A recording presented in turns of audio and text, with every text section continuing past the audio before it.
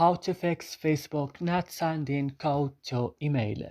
Hello everyone, in this video we talk about how to fix this on your Facebook. Just watch this video till the end. So first you have to go and open the settings of your phone. After this, go and open apps option. Here on apps option you have to search for Facebook.